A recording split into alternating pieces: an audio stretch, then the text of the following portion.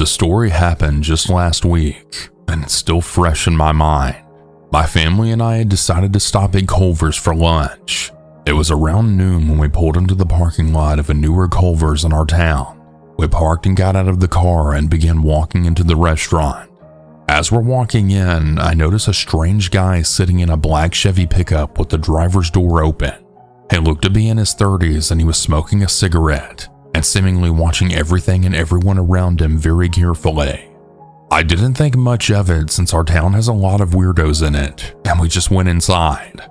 We were sitting at a table near the window and I could see the guy's trunk a few feet spaced away, and he was still sitting there smoking a cigarette. I thought it was weird he wasn't getting any food or anything, but I figured maybe he was waiting for a DoorDash order or something. It took a while to get our food, but eventually we got it. We had been there so long at this point that the employees were doing shift change. All of a sudden, I hear 3 loud pops and look out the window to see a female employee drop to the ground, blood getting all over the concrete, and the man closing the door in his truck and peeling out of the parking lot. My parents and I were in shock, and everything was just a blur after that. But basically the police showed up and shut down the restaurant and we had to leave. Later on the news, we learned that the man was the woman's ex-boyfriend who she had just broken up with, and he had decided to end her life because of it and waited for her outside of her work. And little did she know at the end of her shift she'd be walking right into her fate. The man was arrested and charged with murder, public endangerment, and discharging a firearm in a public space, and he was given 190 years in prison. The image of that woman laying in a pool of blood is still burned into my mind forever, and I'm never going back to that Culver's again.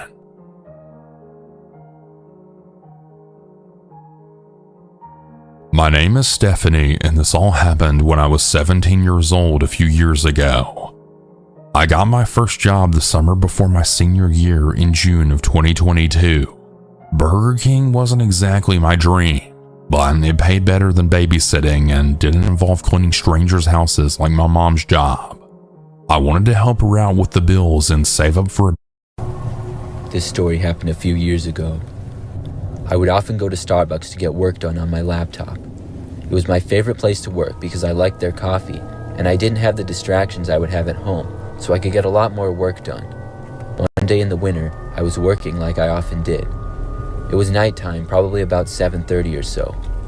The Starbucks I liked to go to closed at 8:30, so it was pretty calm and not really anybody else was there other than me at the time. I sat in my favorite spot, which was in the back corner at a table with this one soft chair that they had. I had to go to the bathroom, so I got up and walked over to it, which was only about 10 feet away from where I sat. I was in the bathroom for maybe a minute or two, and then came back out and returned to my laptop. I went back to work until I realized something. There was a portable USB stick that was in my computer. I knew it wasn't mine, and it hadn't been there before. I took it out and looked around the coffee shop. There was nobody else in there besides me. I got up and walked around, and then went to the counter and brought the USB with me. I asked someone working there if they had seen anyone go to my computer and handed them the USB drive. I was told they hadn't seen anyone, but they took the USB to hold on to. I looked from the counter and could see that the area I had been sitting in was obscured from the vision of whoever was working it. I went back and got my laptop and then left. I was hoping that whatever that was a joke and they didn't mess up my computer in any way. When I got home, I looked on my computer again and noticed that there was a new folder on the bottom left side of my screen. It was titled with just a bunch of numbers, and I clicked on it to see a text document. When I opened it up, a message read, "Hello, I know everything about you, where you live, who you are, and what you're doing." It really creeped me out, and I closed and deleted the file. Could this be true? Did the USB stick on my computer somehow reveal all of my information? I was terrified. As I was on my computer, suddenly something popped up on my screen. It was a video of myself on my webcam in a window.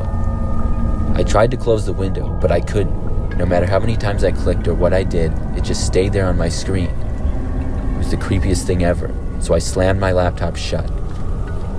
I didn't use it again for a long time after that, and ended up taking it to a professional to have it cleared and reset. Looking back at that experience, I don't know exactly what happened, but I'm afraid whoever did that to me knew where I lived.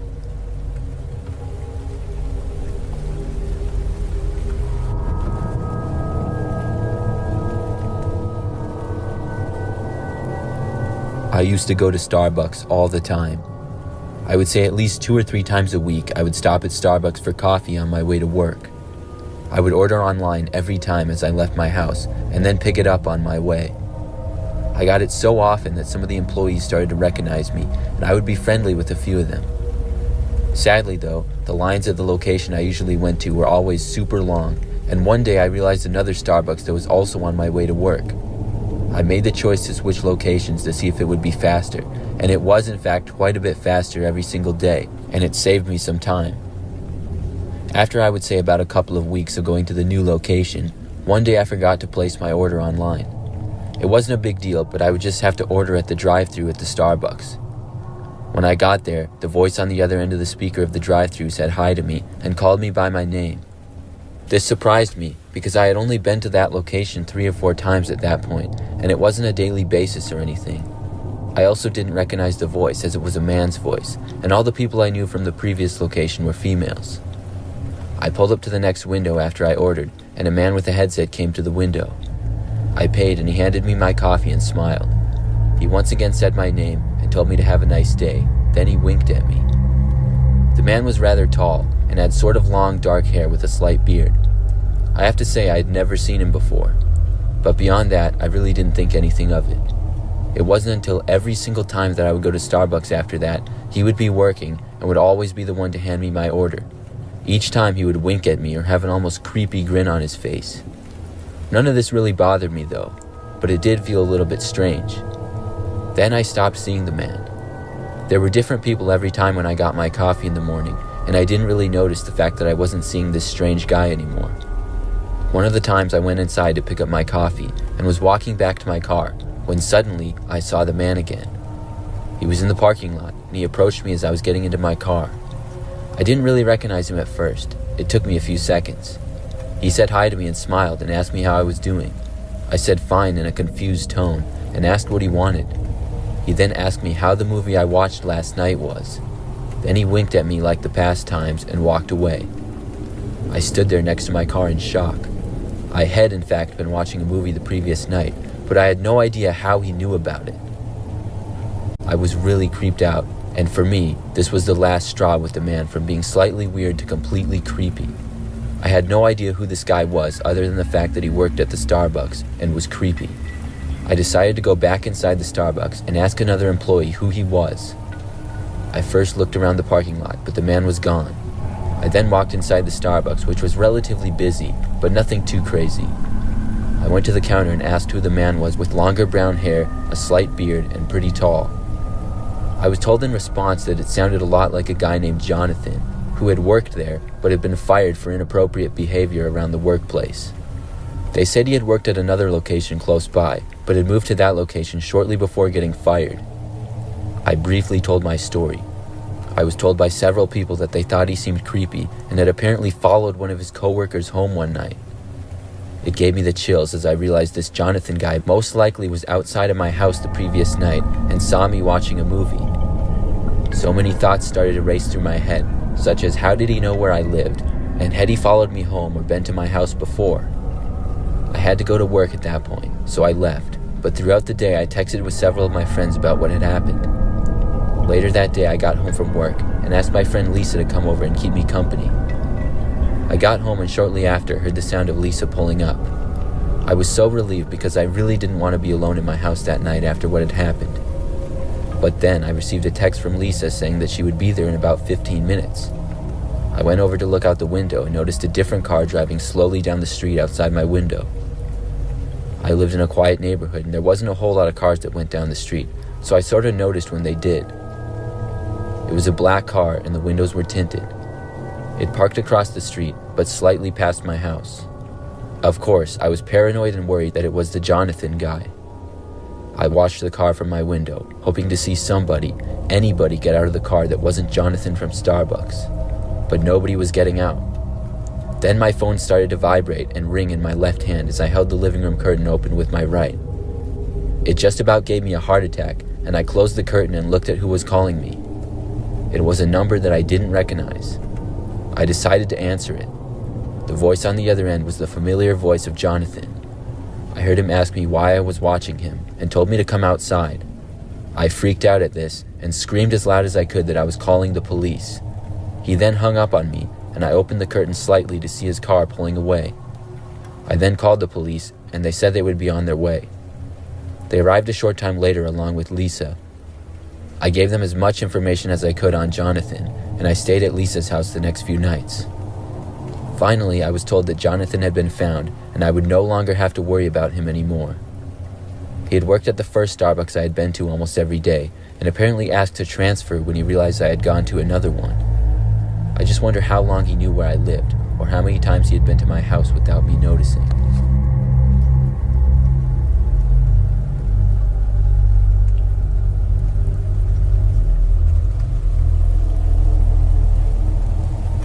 Last year, I went to Starbucks for some coffee. I don't get Starbucks all that often, but I do from time to time. On this particular day, I was pretty sleepy but had to drive about an hour home, so I went for some coffee. It wasn't all that busy there, but there were a few other cars in the drive-thru ahead of me. I pulled in and waited.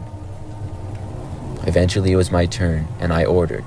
When I got to the window to pay, I was told that my order had been paid for by the person in front of me.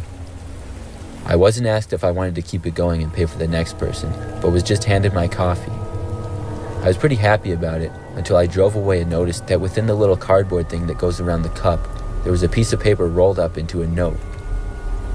Obviously I was driving, so I didn't bother reading the note, but once I got home almost an hour later, I read it. It was a small piece of paper which gave details about me and my family, such as names, addresses, and phone numbers. I was told that I needed to come up with $10,000 or something very bad would happen. I couldn't believe what I was reading or how this happened. I had never been to that Starbucks location before and didn't even remember what car had been in front of me to pay for my drink or anything like that. But I was terrified, so I went straight to the police. When I did, I was told they would investigate, and they told me a short time later that they didn't believe I had anything to really worry about. Still, I did worry about it, and I never did consider giving whoever it was the money. I didn't even know how to contact them. It's been a while since that happened now, and I guess maybe it was a joke or something, but I still don't know how to explain any of that, like how the person got my information, or why they chose me in the drive-thru that day.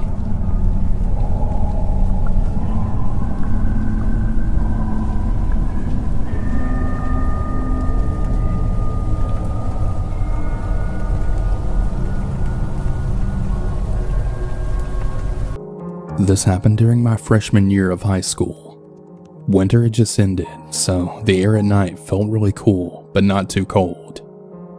My old best friend, who we'll call Veronica, had texted me asking what I was up to, and she said she was hungry, to which I replied, me too. In order to better understand the story, I should explain the layout and distances from each location. I was at my cousin's house, which was about 8 blocks away from Veronica's, and McDonald's was probably about a half a mile away from both of our homes. Across the street from our McDonald's was a Target and various other fast food chains, and maybe about a mile and a half away was a Burger King. I don't exactly remember whose genius idea it was to sneak out at 11 o'clock at night in order to satisfy our hunger, but nonetheless we did. Although I had never done it before, sneaking out was relatively easy for me. As for Veronica, well, let's just say she wasn't new to it. Because I was late, I was in my PJs, which consisted of shorts and an oversized football jersey. In retrospect, probably not the best clothing idea for 11 p.m. while sneaking out in a not-so-safe city, but I digress.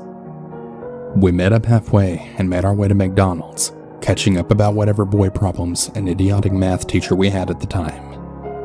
The streets weren't desolate, but not necessarily bustling with cars either. I remember being worried that my mom would see me walking around at 11 p.m. if she drove by. We decided to cut through Target's huge parking lot to save some distance and time. Now, the McDonald's and Target were a bit uphill, but only if you walked from west to east. We came from south to north, so it wasn't really a problem for us. Not that it would have been either way, but it's better to explain. As we were crossing the street from Target to McDonald's, we saw a guy, probably about 5'5", so he was pretty short.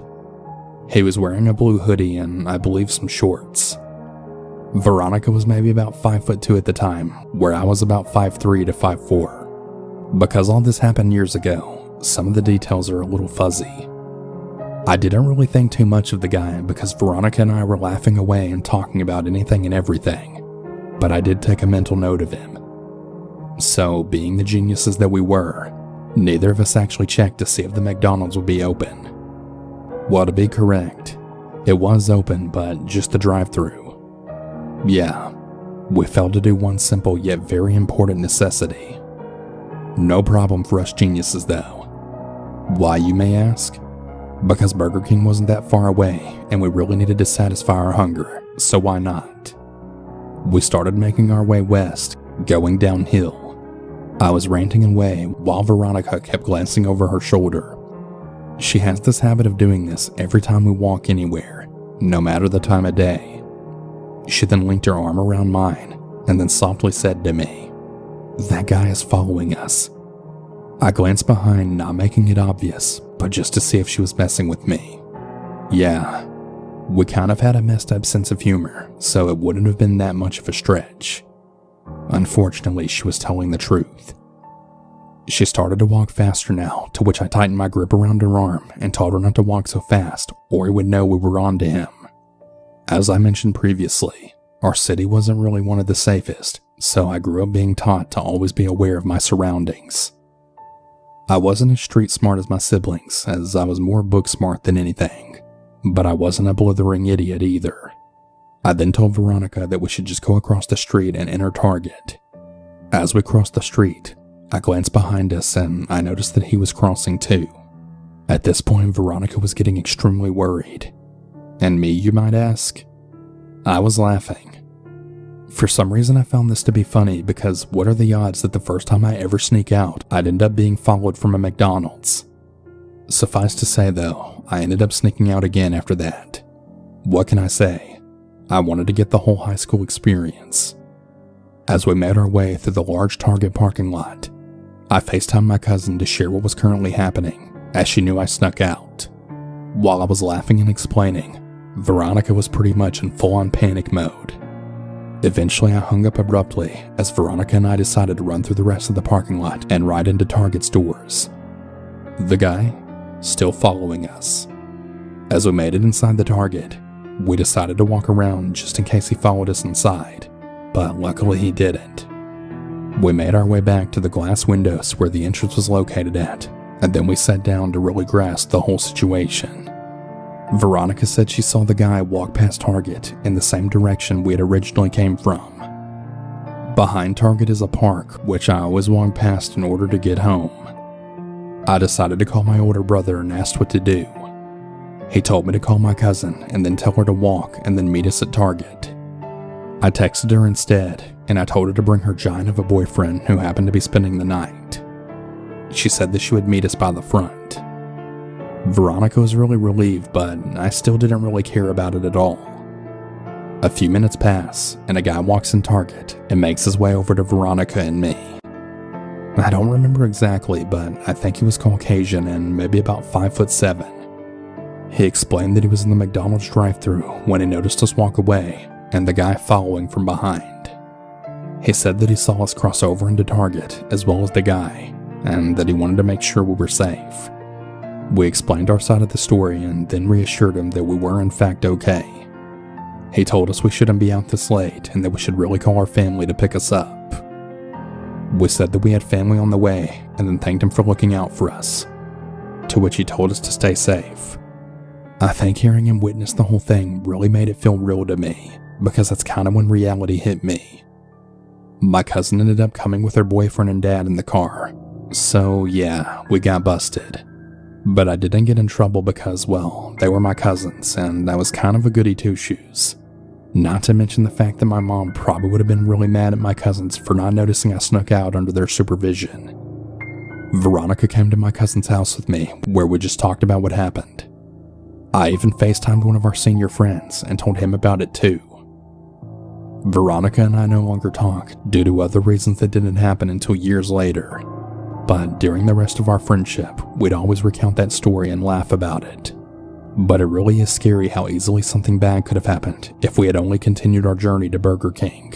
And the realization that another person witnessed it made it all too real for me.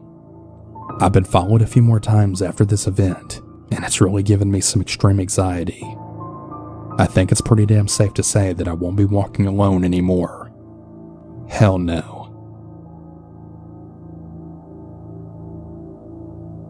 For some background info, I just turned 16, and my two friends Ashley and Sarah, my parents and little brother and I all went to Toronto for my birthday. We rented a hotel for the night, went swimming and went to the mall, and it was all really fun. But now, on to the story. The night after we came back from the mall, we went into our hotel room, took showers, and we were all just hanging out there. It was around 11 p.m. and we were all really bored. I knocked on the door separating me and my friend's hotel room and my mom, dad, and brother's room to ask if me and my friends can walk around Toronto because we had nothing to do. My mom said yes, so as me and my friends were about to leave, my little brother asked if he could come too because he was also bored. I said sure, so my parents ended up coming as well because they had to watch my brother. So now we're all on the streets of Toronto, my parents and brother a few meters ahead of us, while me and my friends were a few meters behind, just laughing and talking. I had started to get hungry, so I had told my parents we wanted to get food. We continue walking until we find some two-story building with a whole bunch of restaurants and fast food places in it. It was pretty big, and in the center there was a big escalator to get to the second floor. There wasn't a lot of people in there, but the few people that were on the first floor looked pretty sketchy. We don't see any fast food places on the first floor, so we go up the escalator to the second floor to see what's up there. My parents go to McDonald's and they sit at a table pretty far away from us. My friend Sarah wasn't really hungry, so she went and picked out a table for us, while me and Ashley went to the ice cream place to get something there. As we were waiting, we had seen this group of 3 guys sitting at a table that was pretty close to the ice cream place. I noticed them looking at us and whispering to each other before 2 of them came up behind us to wait in line for ice cream as well. I thought it was kind of weird, but I didn't really think much of it. That is, until one of them started talking to Ashley. One of the guys randomly tapped her on the shoulder, then said, "Hey, I've never been to this place before. What kind of ice cream flavor do you suggest me to get?" No, I was a bit weirded out by this because, well, the guy looked creepy as fuck. He was a very tall Jamaican man who looked to be in his late 20s or early 30s, in very bummy clothes, and randomly talking to my friend who was 15 at the time. He was also screwing a lid on to some weird-ass small bottle as my friend was talking to him. My friend Ashley is very friendly, so she didn't really think much of it and she was just being nice to him and talking to him. And then the other guy that was with him came up to me. I had already got really weird vibes from his friend, so I didn't want to talk to him. The guy who came up to me was also a very tall Jamaican man, and he was wearing a white trench coat and a hat. He then says to me, "Wow, you look really exotic. What's your ethnicity? I gotta know." I was super weirded out by this and a bit uncomfortable, but I just laughed and said thanks and told him my ethnicity. After that, he then says, "Wow, that's a really beautiful mix. You're a very beautiful girl. Can I please get your number?" There was no way in hell I was giving this 30-year-old looking man my number. I told him right away no, but he just kept begging for it, saying he just wants to text me and talk. I told him I don't give my number out to strangers. But as I kept saying no to this man, I noticed the third guy that was sitting at their table then get up. He was yet another very tall Jamaican man in a beanie, and he had a briefcase with him. I saw him make dead eye contact with me as he got up, walked to the escalator, and then went down to the first floor. I was about to walk away from this man because this whole situation was just really freaking me out, until the other guy who was talking to my friend Ashley then came up to me and then said, "So, hey, I got your friend's Snapchat, and I was wondering if I can get yours too." I told him no, that I don't give my Snapchat to strangers. He then kind of laughed at me and just said okay. Then this next question got me really scared. The man that was talking to Ashley then said to me, "So, are you two here all alone, or are your parents here?" I didn't even know what to say at that point. My mind just kind of went blank and I froze. But my friend responded for me, saying that my parents are over by the McDonald's and that our other friend is at the table close by. The two guys looked over at our other friend and then waved at her. Sarah had seen the two guys do that, then looked at me. I think she could tell I was uncomfortable. But right as Sarah was about to come up to us and get us out of this situation, my parents went up to her and they told her they were going back to the hotel room and that we can just walk back since the hotel was only about a 10-minute walk away from the place we were at, so my mom thought it would be fine. Sarah said okay, and my parents and brother made their way to the escalator. Sarah then came up to us and those two strange men and then said, "Hey, is everything good over here?" "Yeah, all good. We're just now leaving," I said back. Then the guy in the white trench coat then looks at me and says, "Oh, okay. Bye, beautiful." I don't even look at him. Sarah, Ashley, and I just walked back to our table. I didn't feel like staying there anymore and told the girls we should go because I was really uncomfortable. So we start making our way to the escalator, but then we see those same two guys from the ice cream place following us. This is when panic mode then hits me. My parents are gone now, and it's just us 16-year-old girls in this random building with barely any people in it because it was so late. I tell Ashley right away that those same two guys are following us, and she starts to panic too. We go down the escalator, and they do the same. There's only two other people on the escalator separating us from those scary men. Then as we get to the bottom, thank God, I see my parents and brother waiting in the Starbucks line right next to the exit. Me and my friends run up to my mom to go and tell her that those strange men were following us. But right as I look over after telling my mom what happened, I guess the men noticed my parents were still here, so as soon as they got off the escalator, they went right back to the other one to go back up the second floor again. My mom told me that they were leaving to go back to the second floor, so we should just go back to the hotel room. My parents and brother left the building first, then me and my friends left after them. When we got out, my parents were about a meter or two ahead of us, and I noticed the same guy with the briefcase that I thought left the building earlier, standing right next to the exit door, just staring at us. This really scared the shit out of me because I thought he left a long time ago. He literally just stared at us the entire time as we walked past him. I assumed he didn't do anything because he realized my parents were there, but as we got further away from him, I looked back just to make sure he wasn't following us, and I noticed that he went up to some creepy all-black car with really tinted windows, then knocked on the window. Then the guy in the driver's seat rolled down the window, and the man with the briefcase whispered something to him, and then he left the car and went right back to the building that we left from, and the car drove away. This really scared the shit out of me because if my parents weren't there, I don't even know what could have happened to us, but it for sure wouldn't have been good. I don't know what those men wanted to do with us or why the men in the briefcase went up to that car, but I don't want to know. We got back to our hotel rooms, and my friend Ashley started crying because it all hit her at once what just happened. Sarah and I tried to calm her down, and then I asked her, "Did any of those guys ask for your number or Snapchat?" Then she told me, "Yeah, I gave them my Snapchat because I was really scared to say no."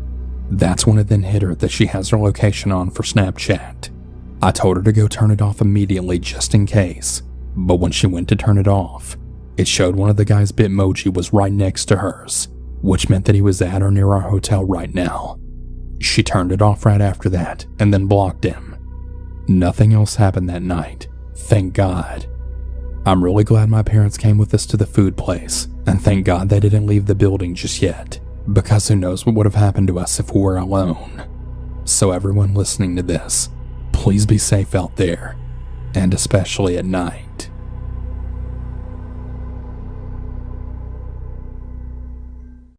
This happened about a month ago. I'm doing much better now, and for my future jobs, I will never take night shifts, as the dark alone gives me the creeps. I've applied for many jobs because I'm the legal age for working, as I'm in high school. I'm in desperate need of money, and I need to help my family out as well, so at this point, I would take any job I can get. 5 jobs accepted me, so I decided to do a trial at my first job that was pretty quick enough to accept, which happened to be McDonald's. I need to say that the staff and the manager were all very nice, and my friend also works there, which was a total bonus. The only really downfall working there was probably the customers, which my friend agreed. But anyway, I didn't really know what to pick for the shifts, or even if I wanted the job, so I asked for a practice shift. My manager happily agreed and let me choose my times. Instead of daytime shift, I chose the night, which was a very bad decision. But hey, I needed to see what it was like working there anyway, so this will be easy since it's night, right? Well, I was terribly wrong. I got ready in my friend's uniform that she let me borrow, and she even drove me there. I'll be honest, the McDonald's was rather sketchy. When I say sketchy, I mean there's so many alcoholics and druggies around, and upon arrival it just didn't feel right. During the car ride, I had a gut feeling that it wasn't going to be a good shift, but my friend kept reassuring me that all will be fine. She dropped me off at the bus stop, which was 5 minutes from my workplace, and said that she would pick me up at 12 a.m. It was around 10 p.m., so my practice shift lasts for about 2 hours. I agreed and said for her to pick me up at the same spot that she dropped me off at. As she sped off, I merely watched as her car shrunk into the distance. After I saw it was gone, I started walking towards McDonald's, but while walking, I began to hear footsteps behind me. I didn't really think much of it because it was a normal thing. The person was probably just walking to their car or McDonald's or even the shops, but I had a really bad feeling. I felt like I was almost being watched, and I stopped for a second. The footsteps stopped with mine, and I looked behind to see a guy around his mid-40s just eyeing me off. I got really weirded out as he just smiled at me and then breathed very heavily. He was taller than me and he looked rather stronger and bigger than me as well. He was around what looked to be a few meters away. I quickly looked away and ran off to my workplace. There was only about 3 people working, my manager and my male friend. It was about 10:30 p.m. and I had already had a share of drunk and rude people filling the orders up or even tried hitting on me. But he quickly left and shortly afterwards my friend showed up and helped me. He helped me out with most things and I felt rather safe with him. He was actually an acquaintance of mine, but we soon grew to be best friends. After I was done taking some drunk guy's order, my friend pulled me aside and asked if I knew the guy outside. I was kind of confused at what he meant, and at first I thought he was just joking around. That is, until he pointed at the right window. My mouth went dry, and my face completely dropped. It was the same creepy guy that was following me before work. But I didn't tell him that. Instead, because I was an idiot, I kinda just laughed a bit and said that it was no big deal. He shrugged it off and we went back into the kitchen. It hit 11 p.m. No more customers were present and the same guy would not stop staring at me. At that point, I kind of just held my head down and just begged, hoping that he wouldn't come in. I could just feel his beady eyes run up and down my body. It was gross. It made me feel dirty. He's been there ever since the start of my shift and has been there for about 30 minutes, making it 10:30 now. I started to panic a bit as I was absolutely begging for him to not come in. In the middle of my thoughts, I heard something. My heart absolutely stopped as I then heard the sound of the door being opened. The creepy guy slowly walked towards my counter, eyeing my whole body until he was right in front of me, heavily breathing and almost drooling. His breath reeked like alcohol and cigarettes. He had a musky scent that, to be honest, nearly made me vomit. Red flags were totally going off, but I just tried to continue with my nice act. He wouldn't stop staring at me. I glanced at my friend who was in the kitchen. He was pretty busy, basically making sure nothing was getting burned. I turned my attention back to the guy and, no matter what I asked him, he was silent. It probably went on like that for about 5 minutes straight. That is, until he finally said something. Such beautiful skin. So young. Short black hair. Such a nice complexion you have. Before I could even speak or try and call someone over, something I wasn't prepared for then happened. The old guy launched towards me and tried entering the counter part, which happened to be the same part I was working at. He then looked at me like I was a piece of meat, Trying to climb over the counter wasn't easy for him though, eventually trying to grab me and getting stuck midway as I tried backing up. To my luck, I then slipped and totally landed on my butt. I tried my best crawling away, hoping that he wouldn't pass through. I was of course rather startled and afraid to the point that I couldn't even utter a single word. My friend dropped what he was doing as he screamed for my manager to then come over. My manager quickly showed up, which then made the old guy get back up and then flee. My friend quickly ran to my aid and he took me to the back room, which is what my manager told him to do in order to calm me down. Shortly after, we called the cops. I glanced at my friend as he looked pretty pale and rather puzzled, like he saw a ghost. My manager waited at the counter for the cops. That's when my friend quickly explained who the guy was. As it turns out, the guy was known for creeping on the female staff members while they worked. He would take pictures, ask for their number, offer alcohol, and even documented what they looked like.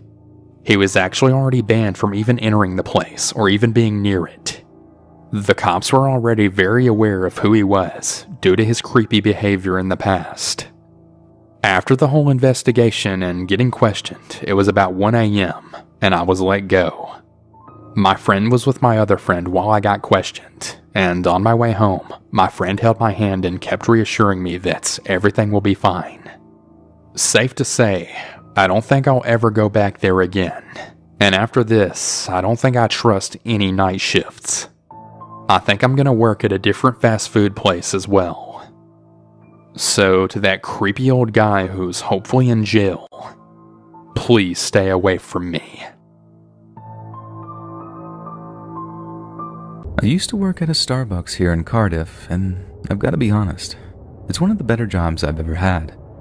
The manager was brilliant, the other staff were nice and looked out for each other, so for a minimum-ish wage job, it was about as good as it gets. The only bad shifts to work were the first halves of Monday and Tuesday mornings, as the pre-work rush meant people were often at their absolute worst. I mean, don't get me wrong, people could be complete jerks at other times of the day or week, but the highest concentration of them was Monday and Tuesday mornings, without a shadow of a doubt. But rude customers aren't scary. Annoying and frustrating, yes. Chillingly cruel and calculating, not as much. Which is why this particular incident has stayed with me for so long, and I always seem to use it as my personal point of reference for how terrible human beings can be to each other. So, it's a Monday morning, and we're just coming to the end of the rush at around 9 a.m. 30 minutes more and the caffeine fiends will start to thin out, and we can get some coffee and make a smoke break of our own. I heard her before I saw her. Like, she was only just trying to get a handle on what had been pure harpy screeches just moments before. Some woman was on her phone, ranting away and not looking where she was going as she tries to find the back of the queue. In doing so, she cuts off this other bloke who politely informs her that she's queue jumping. I don't know if she actually didn't hear him or was just tactically ignoring him, but either way, this bloke has to tap her on the shoulder before saying, "Excuse me, believe I was ahead of you." The woman just shrugs this off at first, giving the guy a gesture like, "I'm too busy to listen to you." I remember the look of anger on the guy's face as she gently but firmly grabs the strap of her handbag and tugs her out of the queue before taking her place. I'm a bit torn about the whole thing. Like, yeah, it was righteous, but laying hands on someone, I feel like there could have been a better way to resolve the issue. But it wasn't like the guy had picked her up and thrown her, and due to the size difference, that was definitely a possibility. Anyway, she reacts like this had been the case, like him actually standing up to her was some horrific incident of assault, and starts demanding someone call the police, even though she herself was on the phone and simply refused to hang up. A couple of staff members and customers managed to calm the situation down, and we get the guy his coffee before one of my colleagues serves the angry woman. I didn't serve her, but when she got her order, she turns to be like, excuse me, this coffee isn't as hot as I asked for." No, I know better than to just argue with customers, and especially absolute whoppers like her. So I do as I'm asked and heat the coffee up a little bit more for her. I hand it back, She dips a finger in it and once again tells me, "This coffee isn't hot enough." Now, bearing in mind, she just watched me run some steam through it, but again, I do as I'm asked and give her back some literally steaming hot coffee that she proceeds to absolutely overload with sugar. No wonder she was in such a stinking mood.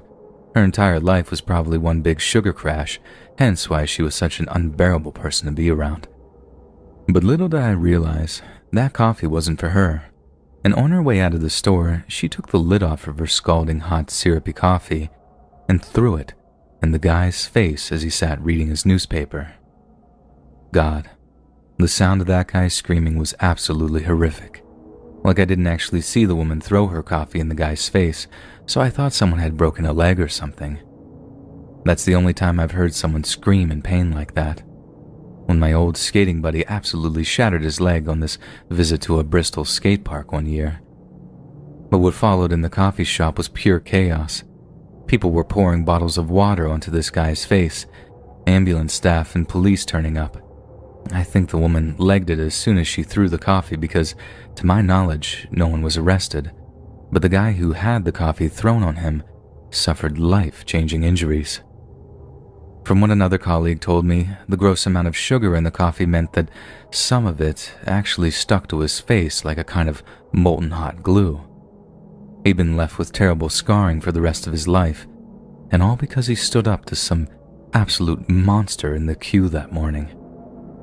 That's what I find really scary, that some people out there are so unhinged that a seemingly normal interaction with them could end up with you suffering injuries you'll carry with you for the rest of your life. Just one moment of misjudgment, one little enough is enough moment, and boom, you're going to look at a very different version of yourself in the mirror for the rest of your natural life.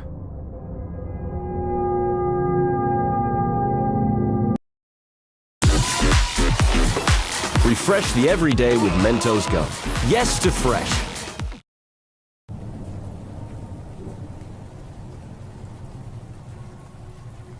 A couple of years ago, I was hanging out with my friend. It was a Friday night, and I was a senior in high school at the time.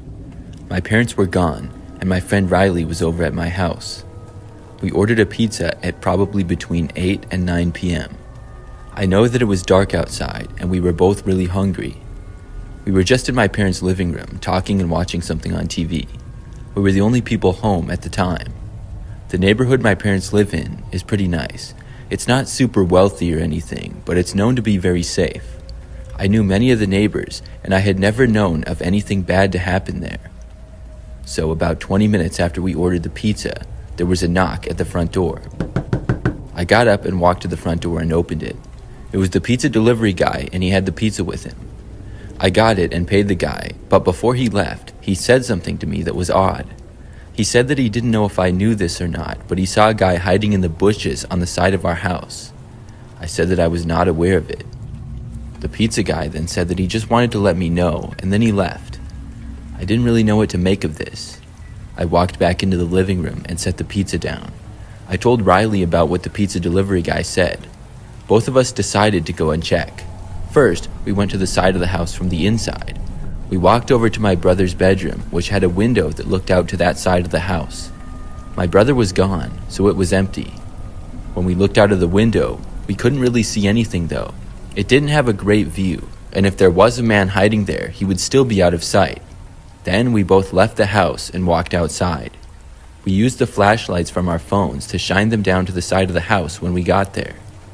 We did have several large bushes that would be fairly easy to hide in. When we shined over the bushes though, we didn't see anybody. I didn't want to go right up to them and look though. I got a little bit closer and shined the light again. I could see much better now and didn't see anybody. I felt confident enough that if the man was still hiding there, I would have either seen him or he would have moved. After that, we both went back inside. It was a really weird thing. I had never known anything like that to happen around the neighborhood before. We tried thinking of potential reasons for a person to be there at this hour, but I couldn't think of any. We tried our best to forget about it now that we thought whoever it was probably now gone. Just to be safe though, we decided to get up and make sure that the back door was locked and no windows were left open or anything. The back sliding door, which led to the patio, was unlocked, so we locked it, but all the windows were shut. Afterwards, we had the pizza and watched TV for probably the next 20 minutes or so. Everything was going fine, and we started to forget about the guy. But that was when we both saw somebody pass by the living room window really quick. Both of us saw just the end of it and didn't get a good look at the person, but somebody was out there. It was really creepy. We both got up and went over to the window and looked out. We couldn't see the guy anymore though.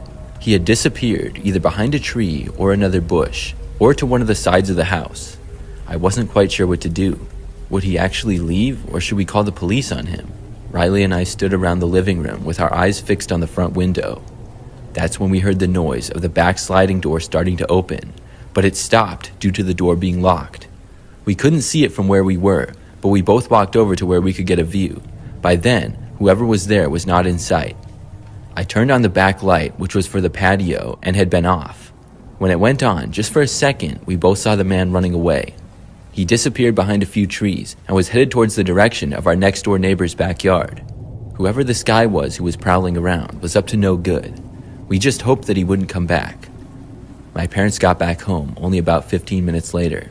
We told them everything, and for the rest of the night we were on high alert, but I don't think the guy ever came back. He must have run off for good that last time. I really don't know what he was doing though, but the one thing I do know is that I'm really glad that we locked that sliding door, or else the guy would have been inside the house with us.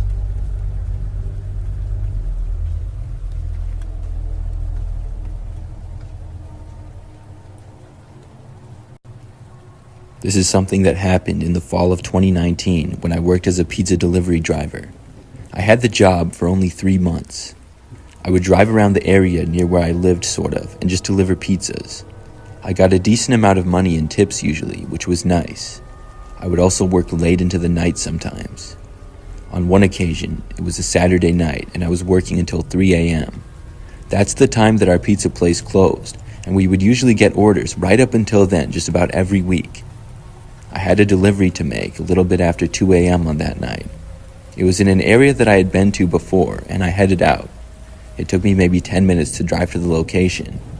When I got there, I parked on the side of the street on what was a typical residential neighborhood.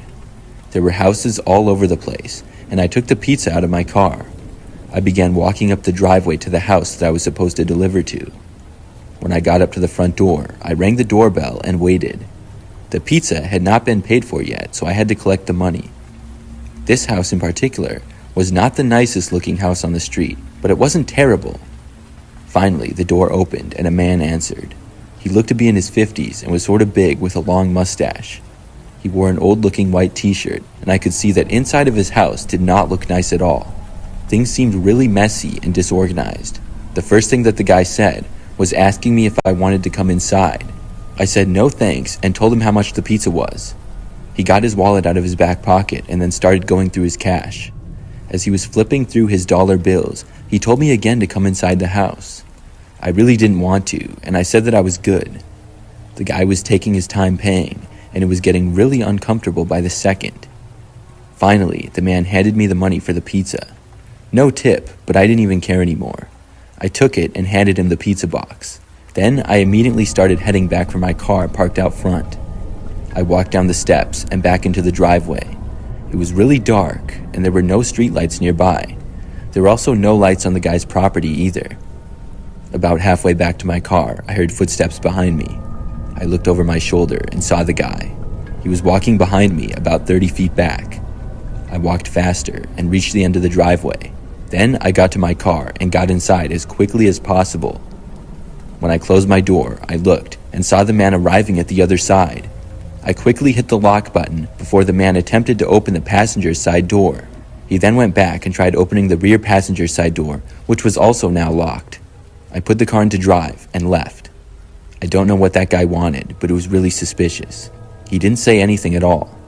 When I've told this story to friends, a couple of times they've said, maybe he just wanted to give you a tip that he forgot.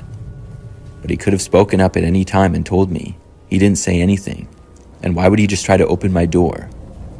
And something about the guy was off for sure. The way he invited me in his house a couple of times was really creepy.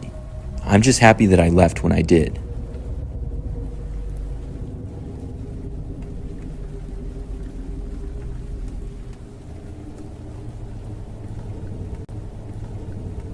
This is the bizarre story of one of the pizza deliveries that I made. I worked for Domino's as a delivery driver for one summer when I was in college. I was working one night when I had a routine delivery to make. It was a little bit later, but not that late, maybe like 10 p.m. I drove out to an area where I will just say is not the nicest of neighborhoods. The house I was making a delivery to, I remember it was on a sort of busier street, but there was a sidewalk out front and then a hill going up to the houses. After arriving, I parked on the side of the road, got the pizza, and left my vehicle. Immediately after I got out, I saw a man walking down the sidewalk about 20 feet away. He was passing by, and I started to head up the sidewalk and go up to the house. The man got much closer to me, and he then stopped me and said that he needed to ask me a quick question. I stopped and asked him what his question was. He asked me if I was a pizza delivery driver, and I said yes. Then the man asked me for a piece of pizza.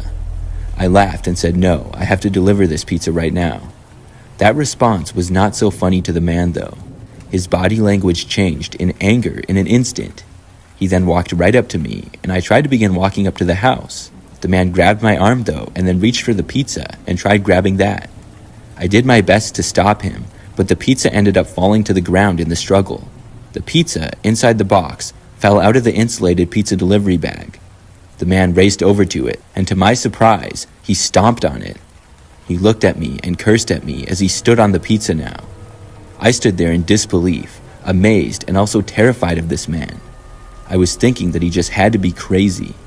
Then I figured that I needed to get out of there. One pizza was not worth it, but in that moment, my conscience got the better of me. I decided to walk up to the house and tell whoever had ordered the pizza what had happened. We could deliver another pizza to them, but obviously it would take a while longer. I felt that I owed them the explanation though. Meanwhile, the man was still standing there with the pizza. He did not follow me when I went up to the house, which I was glad to see. I knocked on the door, and when the owner answered, I told him what had happened. You couldn't really see down to the sidewalk from where we were. The man who answered the door seemed really confused, and I can't blame him. But he wasn't too mad. He said he would like us to bring him another pizza. I started to walk back to my car. When I got down to the sidewalk again, though, I didn't see the guy where he had been before. The pizza was still on the ground, though. But as I approached my vehicle, I just barely saw him. He was crouched down, hiding the driver's side of my car. I quickly turned around and started walking back up to the guy's house. I didn't want to go close to that weird guy again. When I got about halfway, I stopped and I looked back down to my car. I saw the guy punch at my driver's window. This was really bad. I ran back up to the guy's house and told him what was happening. Then I called the police.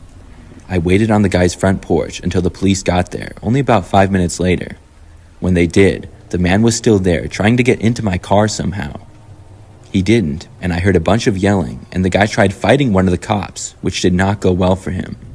In the end, I was finally able to get back to my car and leave. The man had not caused any major damage, which was good, but he did cause a few minor dents to my vehicle. I'm not sure if the customer got another pizza at all after that, because my boss let me go home.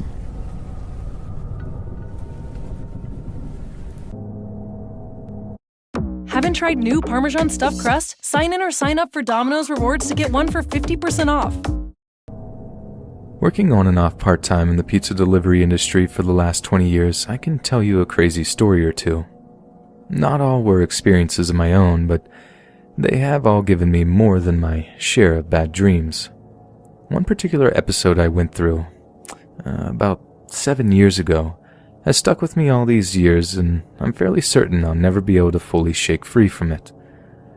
About a year before what I'm talking about went down, I had befriended a guy at work everyone called D. I wasn't sure at the time what his God-given name was, but that's the name everybody referred to him by, so that's what I used. D was about the same age as me and liked the same music as myself. He even managed to introduce me to a few bands I didn't know of, and I did the same for him. On occasional days off, we'd hit the clubs in search of the next great band, but more often than not, we just got blotto and hit on chicks. Something odd that I did notice was that he would occasionally get really aggressive towards girls that shot him down. I'd often find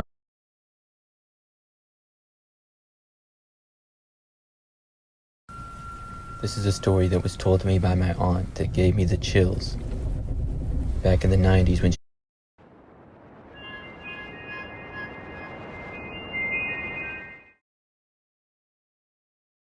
My sister Sally was staying at my apartment for a few days while her husband Benjamin was on a business trip. They'd only been married for less than a year, so she missed him a lot. I tried to cheer her up, but she kept thinking about Benjamin. On her first morning here, I decided to surprise her with donuts. There was a Dunkin' Donuts on the other side of town, so I drove there before Sally woke up. It was pretty far, but I knew that Dunkin' was her favorite. I went up to the counter and ordered a half dozen for us to share. I wanted to hurry back before Sally woke up, so I was in kind of a rush. It wasn't until after I gave the cashier my money that I noticed two people sitting in the back of the restaurant. When I turned to look, I was shocked to see it was Benjamin and some woman I'd never met before. Benjamin was looking away, trying to hide his face, but I knew it was him. He should have been out of town on his business trip. The only explanation I could think of was that he lied to my sister. He was cheating on her. I paid the woman and walked right over to their table. I asked Benjamin what he was doing there, and he said that he and his coworker had dropped in to pick up some donuts for his work conference. I knew that was a bold-faced lie. They only had 2 donuts, one each, and both were already half-eaten. The woman he was with instantly turned red when she heard him lie to me. I guess that was the moment she realized that they've been caught. I was furious. Sally loved her husband more than anything, and knew that she wouldn't believe me if I told her the truth. So, I pulled out my phone and snapped a photo of the 2 of them sitting together. I didn't say anything else. I turned around and walked back to the counter, where my box of donuts was waiting for me. I grabbed them and hurried out of the restaurant. Benjamin shouted, "Wait!" as I left, but I didn't stop. I got into my car and just sat there for a long moment, trying to collect my thoughts. I knew that as soon as I got back home, I'd have to break the news to Sally, but I really didn't want to do that. I turned on the ignition and drove out of the parking lot. Once I got onto the street, I noticed that Benjamin's car was following me. He must have rushed out of the restaurant without me noticing. The roads were pretty empty at this time of morning, and his beat-up Nissan was the only other car on the road. He wasn't even trying to hide the fact that he was following me. He was speeding, and for a second, it felt like he was going to run me off the road. I sped up, and so did he. We were both driving really fast. He started honking and flashing his lights. He wanted me to pull over. I didn't know Benjamin that well, but he always seemed like a calm, slightly boring guy. I'd never seen this side of him before. I'd also never been involved in a car chase before, and I was terrified. I felt my whole body jerk forward as he slammed into the back of my car. I lost control and skidded off the road. In less than a second, I crashed into a tree. It happened so fast, I didn't feel any pain, but I guess I blacked out. When I came to, I was stuck behind an airbag. I couldn't see anything, and I felt my face throb. My nose had been broken on impact. I heard voices at my side, and I knew that it was Benjamin and that woman. Is she dead? I heard Benjamin say, "I sure hope so." I felt his hand reach into my pocket and pull out my phone. He was deleting the photo that I'd taken. Then I heard a crunch and could only assume that he'd taken my phone and smashed it. What if she's still alive? Her voice sounded much more concerned than his. I couldn't tell if she was upset about what they'd done or just about the possibility of getting caught. Then, I heard him comfort her and say that he'd handle the situation. After that, I felt Benjamin's hands grab my arm as he tried to pull me out of the wreckage. I was aching all over, and I knew I didn't have the strength to fight him off. The only thing I could do was pretend to be dead as he pulled me out of the wreckage and then try to run off before he could kill me. I felt excruciating pain all through my body as he pulled me out and threw me onto the ground. It took all my mental strength to keep my eyes closed and pretend that I was already dead. I laid on the ground completely motionless as Benjamin told the woman that he'd be right back. He needed to get a rock. Now, I could hear the woman starting to cry. She was muttering something to herself, but I couldn't make out the words. I knew that this was my only chance to escape. Moving as fast as I could, I pushed myself off the ground and started limping back toward the road. Thankfully, the woman didn't try to grab me, but she screamed and got Benjamin's attention. I looked over my shoulder and saw him racing toward me as I sped up. There was a pretty steep incline along the edge of the road, and it was hard for me to keep going. One of my ankles was probably broken. Just as I reached the asphalt, Benjamin grabbed me by the shoulders and pulled me back. I toppled down the incline and landed painfully on my broken ankle. I was in so much pain I could barely breathe. Benjamin stood over me and asked, "Why do you have to take that photo?" I tried to beg him to let me go, but no words came out. I tasted blood filling my mouth. "Don't move," he said. "It'll be easier that way." I watched in horror as he picked up a rock and raised it over his head. He was going to drop it right on my face. It was huge. It would have killed me instantly. I lost all hope. I knew that these were my last moments on Earth. But before he could do it, the woman ran towards us and tackled Benjamin to the ground. The rock fell with a thud.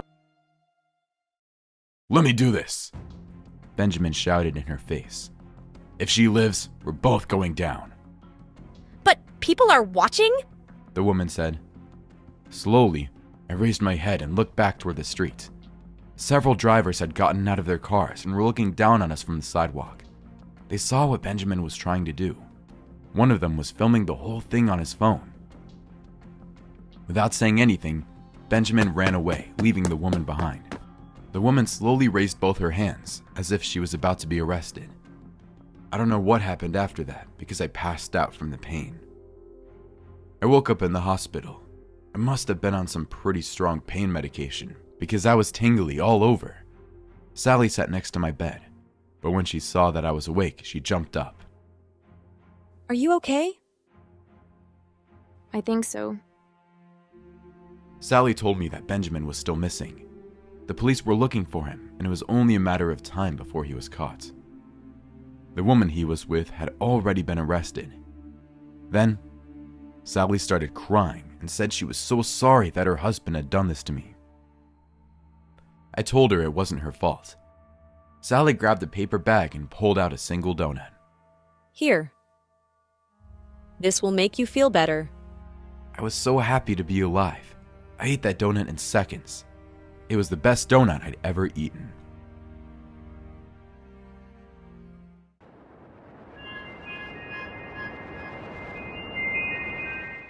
I just started my new job as a secretary for a mid-sized insurance company, and it wasn't going well. On my first day, I printed out the wrong packet for my boss Jonah's presentation, and he yelled at me in front of everyone. He said that if I made another mistake, I'd be fired. My coworkers told me that he usually wasn't this aggressive. Something must have happened in his personal life. I didn't care what his reason was, though. I didn't want to get on his bad side. For the rest of the week, Jonah watched me like a hawk. It was like he was waiting for me to screw up again.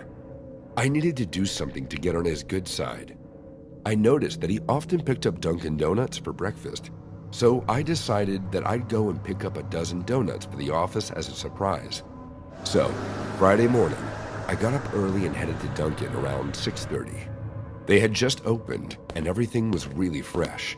I ordered a dozen, making sure I got a couple maple bars. Those are the ones that Jonah always ordered. The cashier was a young girl who seemed really nice. Her name tag said Hannah. She packed everything up and we talked for a little bit. I told her how stressed I was at my new job, and she commiserated with me. She talked about how she just got out of a pretty bad relationship with a married man, but her life was much better now. As she handed me the order, she noticed the work uniform I was wearing, and her face instantly dropped. That's where you work? It seemed like she knew something that I didn't, but when I asked her what was wrong, she handed me my donuts and told me not to worry. As I walked out of the restaurant, I saw Jonah pulling into the parking lot. I didn't want to ruin the surprise, so I ducked behind a car before he could see me. I watched him walk inside. Then I got in my car and drove straight to the office. Jonah ended up coming in an hour late. By then, most of the donuts had already been eaten, but I made sure to save one of the maple bars, just in case. For some reason, he seemed completely different. He was smiling and whistling to himself, like a huge weight had been lifted off his shoulders. The rest of the workday was pretty uneventful. My donut surprise didn't seem to impress Jonah at all, but he was still in a much better mood than before. He even thanked me when I gave him his mail. That night, I was watching the local news when I saw a report on a murder victim that had been found earlier in the day. They showed a picture of the girl, and it took me a second to recognize that it was Hannah, the girl from the donut shop. They said that her body had been found in a dumpster behind the restaurant. She had been murdered that morning, and the police had no leads. Whoever killed her had shut off the restaurant's security cameras. They were asking the public for any witnesses to come forward. I felt absolutely terrible. I might have been one of the last people to see her alive. I remember that Jonah was there too. Maybe he'd seen something. I thought about telling him that night, but I decided to wait until the morning. When I got to the office the next day, I could see Jonah was just as cheerful as he was the day before. It seemed like a good time to talk to him about Hannah, to see if he had any information that might be able to help the police. It was the two of us alone in his office. I asked him if he saw the news, and he said no. Then I admitted that I had seen him entering Dunkin' Donuts right after me. I asked him if he remembered the woman who was working there. His expression instantly went blank. He knew something about her murder. I tried to ask him what he knew, but he refused to tell me. Instead, he asked if I had talked to police yet. I shook my head no. I didn't have any specific information to give them, but maybe I had seen something important without realizing it. Jonah suggested that we both go to the police station together. I was glad that he seemed to be taking it as seriously as I did. He quickly got out of his chair and marched towards the elevators. I hurried to catch up. He said that we could both take our lunch early and we'd be back within the hour. He still wouldn't say what he knew about Hannah, though. We rode the elevator for a couple floors before I realized that Jonah had pushed the wrong button. We weren't heading to the ground floor. We were headed toward the roof. I asked him what was going on, and he said he just had a short errand to do first. He didn't say anything else. When the elevator door opened, he pulled me out onto the roof before I could push him away. By this point, I could see the insanity in his eyes. He was unhinged. He had just taken me to a place where no one could see or hear us. He reached back into the elevator and pushed all the buttons, so that if I tried to go back down, I'd have to wait a long time before the elevator reached us. Jonah looked around to make sure no one else was nearby, and then he finally came clean. He said he'd been seeing Hannah for months. That's why he went to Dunkin' Donuts. Even though he was married, he had fallen madly in love with Hannah. When she rejected him, he couldn't stand it, so he murdered her and disposed of the body. I was disgusted. What he was saying and how he was saying it. He was smiling. He was proud of himself. And as he talked, he slowly stepped closer to me. I had to back away from him. "What are you doing?" I asked. He got even closer, his face inches from mine. "There weren't supposed to be any witnesses," he growled at me. "You killed her?" I asked.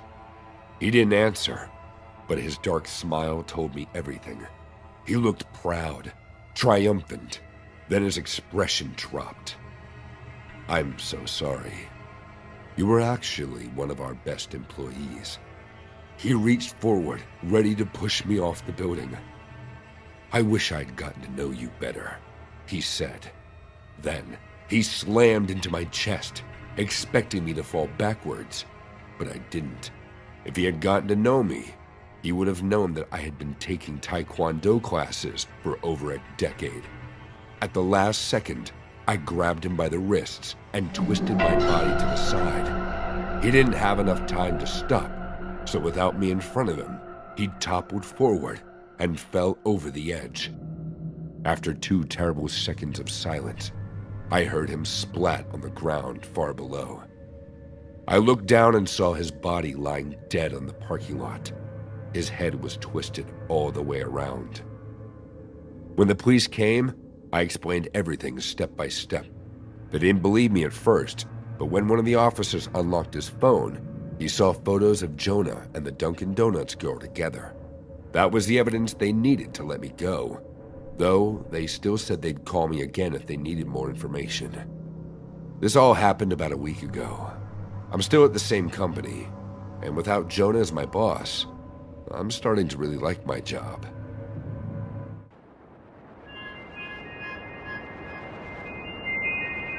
People love to preach to me about how much money I could save if I stopped buying coffee so regularly. I tell them, look, it's in the budget and I'm lazy, so to Dunkin' Donuts I will go. And I'm just saying that Dunkin' is relatively cheap compared to their competitors. All the workers at my local Dunkin' know my order. There are still times when they get my drink wrong, but mistakes happen. Especially when you're in that drive-thru as much as me, there's bound to be a mess-up once in a while. You could think getting the wrong order is the worst thing that could happen to you in the drive-thru, but it's not like that. A couple of weeks ago, I was on my way to work and stopped to get a coffee. The line was unusually long that day. Cars snaked around the entire building and stretched through the parking lot. There's only one space for one car before the line started to peek into the main road. Looking at the line, I knew it would make me late to work. It wouldn't have been my first time late because I was getting coffee. Sometimes I sneak in and no one notices. But this time, since the line was so long, I texted my manager that I was running late. I told her I would make it up to her and the team by bringing all of us donuts. She said, "Okay, but don't be too late. We have a meeting at 9:30. I pulled into the line and got as close to the car in front of me as possible. My small sedan fit perfectly in the amount of space left in the parking lot. I was surprised a car tried to pull up behind me because they would be sticking out into traffic. It was a massive black truck, and instead of 4 wheels, it had 6 because it had double back wheels. He pulled up behind me and laid on his horn. I looked in my rearview mirror and he motioned for me to move up. I turned around and tried to mouth politely, "I can't," and shrugged at him. In response, he laid on his horn for longer. Still turned around and looking at him, I was in disbelief. He revved his engines and made the same hand motion, instructing me to move forward. I shook my head at him and turned forward. The line was bound to start moving here soon. The man continued to honk and rev his engine. What was he going to do? Run me over in the Dunkin' Donuts parking lot? He saw that there was no room for his car, but he still chose to get in line. It's not my fault he's sticking out into traffic. Finally, the line moved forward, and all the cars pulled forward, leaving enough room for this man to pull into the parking lot. You'd think this would be the end of his antics, but no. The guy continued to rev his engines behind me and honking. He started to yell at me, but I couldn't understand what he was saying. It became so obnoxious I flipped him off. He really didn't like that and revved up his engine in response. I wanted to tell him to chill out. The line kept moving. The guy kept egging me on. I was confused about what he thought he was accomplishing.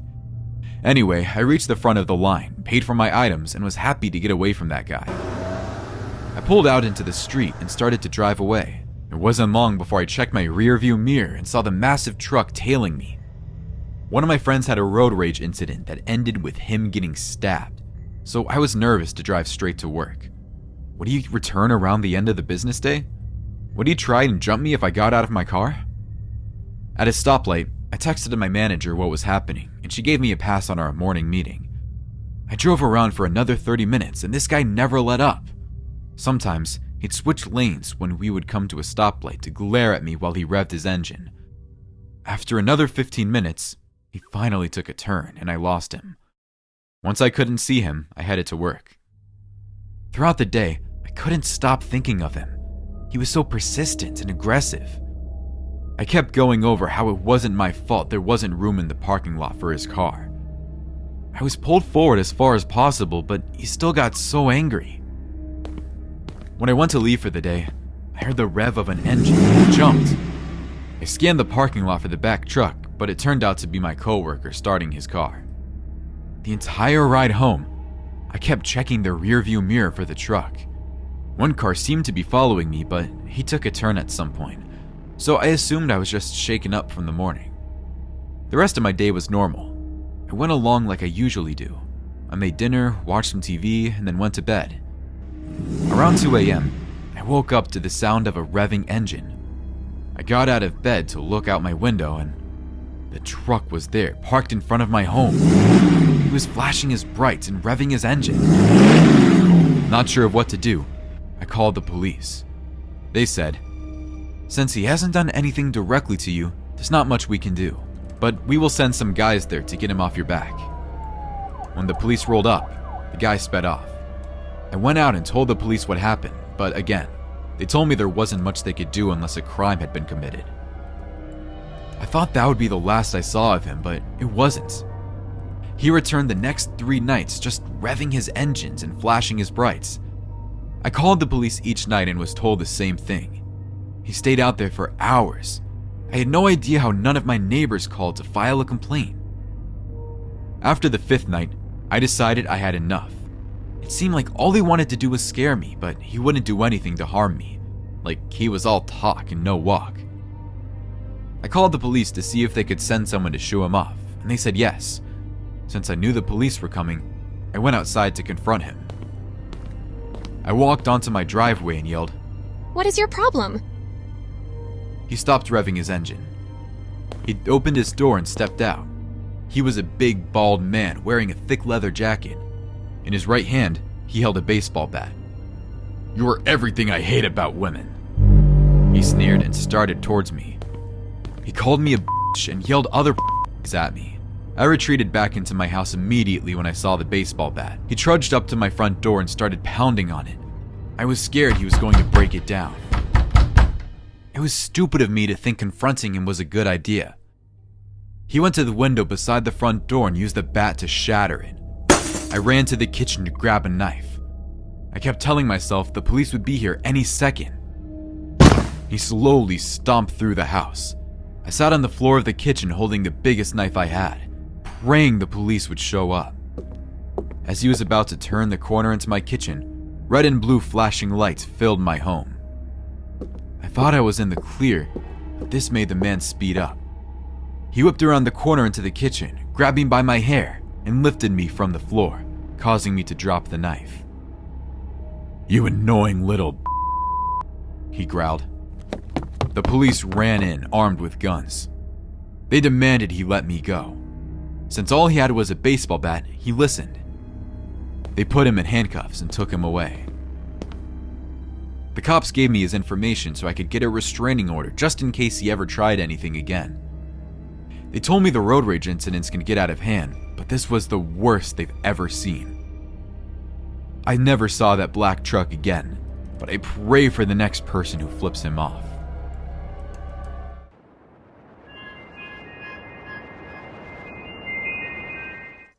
The thrill of being trapped alone in my own world, away from the general bustle of the gym, made me go faster on the treadmill.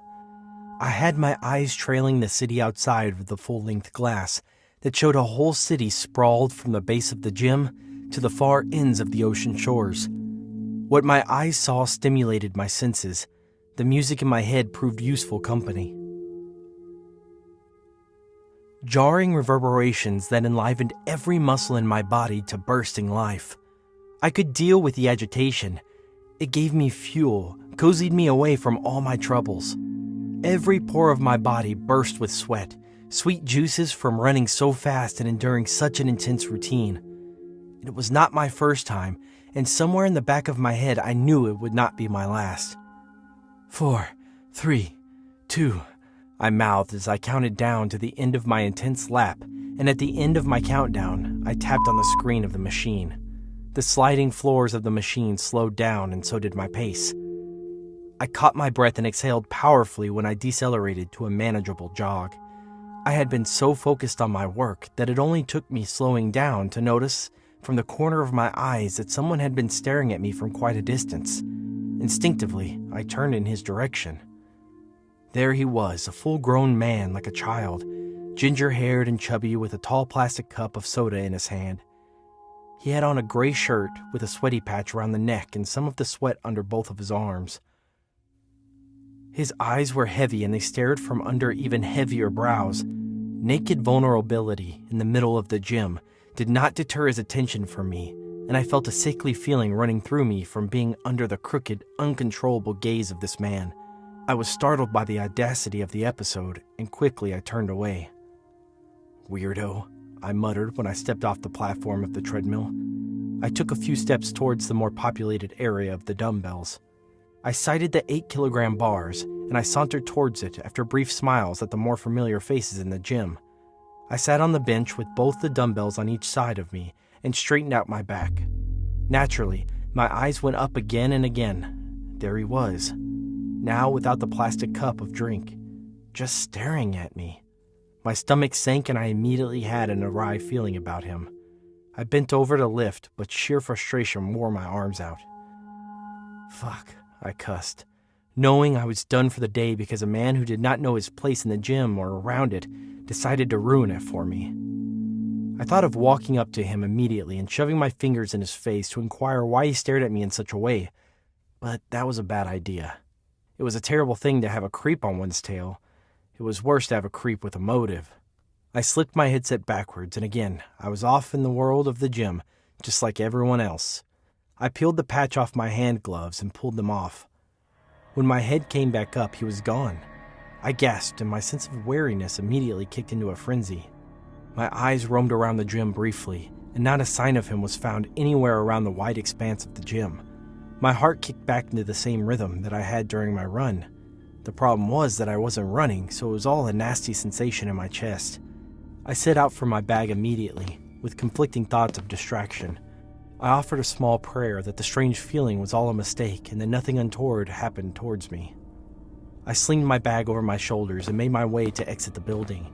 The sun outside had started to come out in its glory, and as strangely aware of my circumstance, I could still appreciate the fine day it was with the mild heat burning on the skin. I pulled out my car keys and squeezed. My car squealed. I hesitated. Damn.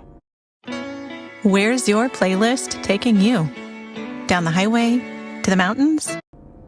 It had been so natural to me that I hadn't realized the mistake until I had done it. If the ginger-haired creep was in the parking lot waiting on me, now he surely knew where my car was. The fact that I did not know what to expect made me sick. It manifested in all parts of my body as my skin soon started to splotch. My fingers also shook violently, and when I tried to speak, I noticed I couldn't do so without gasping. I stepped gently towards the maze of cars, looking over my shoulders the entire time to be sure I wasn't followed, and I gasped a sigh of relief when I reached my car. I placed my hands on the hinge. A red, chubby hand clasped my hand over the hinge and gripped me tightly. "I've got a knife to the side of your stomach, and I will spill your guts if you so much as think of screaming," he said. And even though I had never heard him speak up until that point, I knew it was him. "Please," I begged, dripping in perspiration as the sharp tip of the knife poked into my belly. I was dizzy, and all my senses went into distemper. My vision was blurry, and the feeling of sun on my skin faded to the point when I was numb. I could only beg. His presence behind me grew larger, as though my offering of pleas served to unravel his appetite. "How about I skin you and splay you all over the concrete of this gym parking lot?" he asked. And I had no doubts that was what he intended to do. I could already picture the headlines in my head. The gore of it was repulsive. It was not the way I wished to go.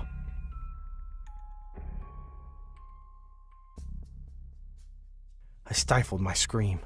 "I'm gonna kill you, stupid piece of shit." He spoke with venom. He flicked his arm, and just as I felt his arm move around me with the knife, which he intended to poke first and then drag along, he suddenly stopped. I heard another gun draw. "Your hands where I can see them," a strange female voice said seemingly out of the blue. The ginger-haired man unwound from me quickly, and he tossed the knife to the ground as he complied. I turned around wheezing breathlessly, and there were cops behind us in the parking lot, and one of the staff of the gym was standing behind them. "Are you okay, miss?" the staff asked as the cop swooped in to do his job. "I saw your entire interaction with him, and I knew I had to call the cops. Are you okay?" he asked again. I nodded, even though I was not okay, and I had just had the most horrifying few moments of my life in the gym parking lot. I was grateful to still have my life as they walked the crazed ginger-haired man away from me in cuffs.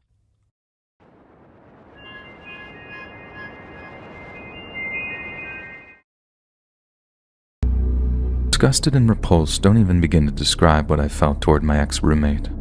She was really something else. Moving into the dorms your freshman year of college is supposed to be one of those fun experiences in life, something you look forward to all summer. Well, I look forward to it at least. Move-in day went well. I was a little disappointed when they told me that I wouldn't be having a roommate. I always envisioned my roommate becoming my best friend and doing everything together, but I guess that wasn't meant to be. The first half of the school year went great. I made plenty of friends and had gotten really used to having the room all to myself. When they told me I'd be getting a roommate in January, I was actually pretty bummed. I cleaned up the other half of the room to accommodate the girl that would be moving in and just hoped that we would get along. She came the second week of January when we had gotten back from winter break. She told me her name was Cassandra, but to just call her Cassie. And Cassie didn't have much. She said it was because her parents never bought her anything, and whatever she had bought herself. I think she had maybe 4 boxes in total. I felt bad for her and told her that she could borrow some of my stuff if she ever needed to, but to ask first so I wouldn't think that I just lost it or something. And I quickly realized Cassie wasn't the average 18-year-old girl. She was different. First, she had horrible hygiene. I had to beg her a few times to take a shower in the nicest way possible because she would smell so bad that I actually would gag when I entered the room. She always thought it was kind of funny. She never washed her clothes, which also meant that the clothes that she would borrow of mine never got washed either. She would give me back my shirts with sweat stains and food cut front. It was like this girl had never been taught any manners or basic social skills ever in her life. But the worst of Cassie was her obsession with eating raw meat. And I'm not kidding you. I walked in on her eating cuts of raw bacon one day, and she tried hiding it when I walked in, but there was no way that I could unsee that. I asked her why she was eating raw bacon. Not to shame her or anything, but I just was generally morbidly curious. Really grossed out, obviously, but still curious.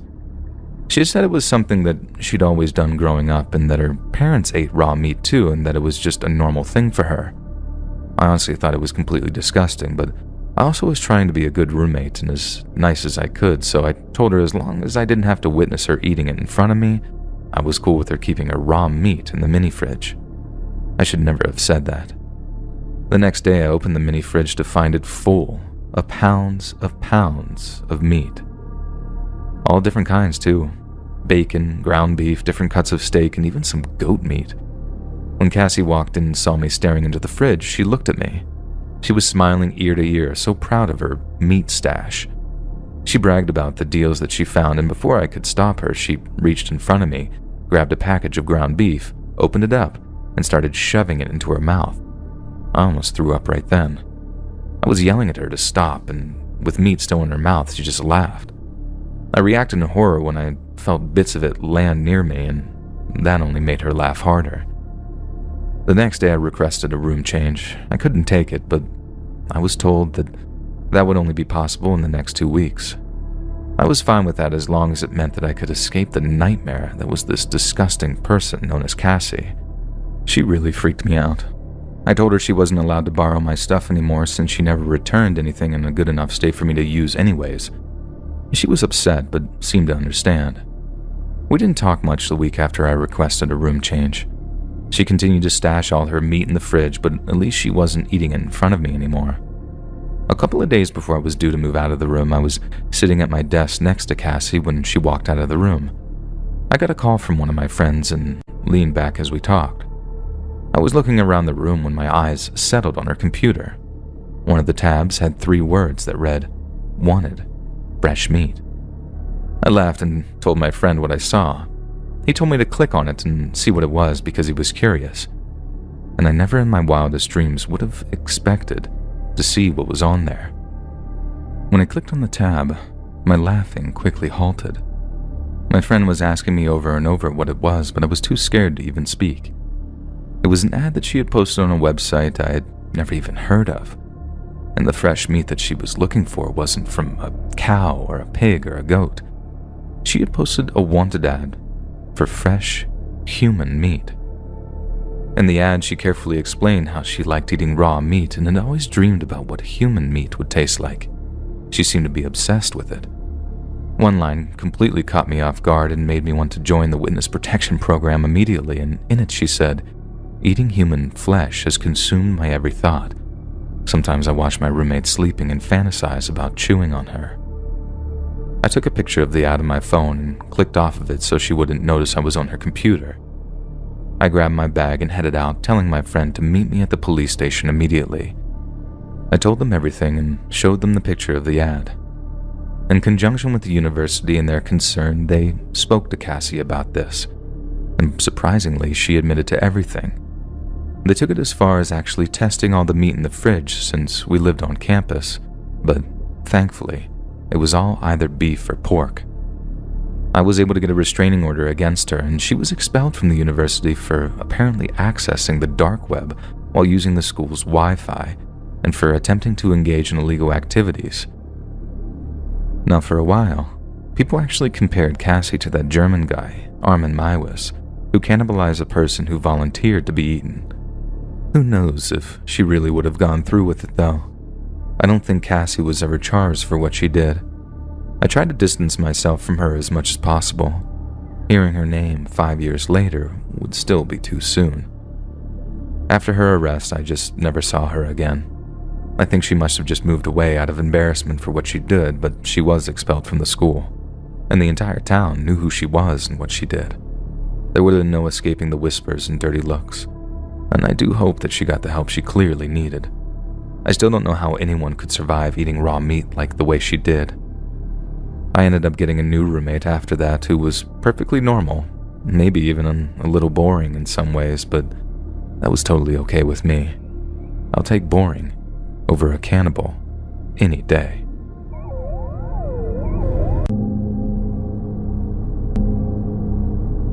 What I'm about to tell you happened a little over a year ago, so it's still all pretty fresh in my mind. I was 18 and a girl in my class named Kendra was having a really hard time at home. Her parents fought all the time and she always talked about how much she wished she could just disappear. She confided in my mom, who was a teacher at the high school we went to, and my mom offered to let her stay with us. Only we didn't have an extra bedroom, so that meant that she'd be staying with me as a roommate. I was really upset. My mom moved most of my furniture out to make room for another bed.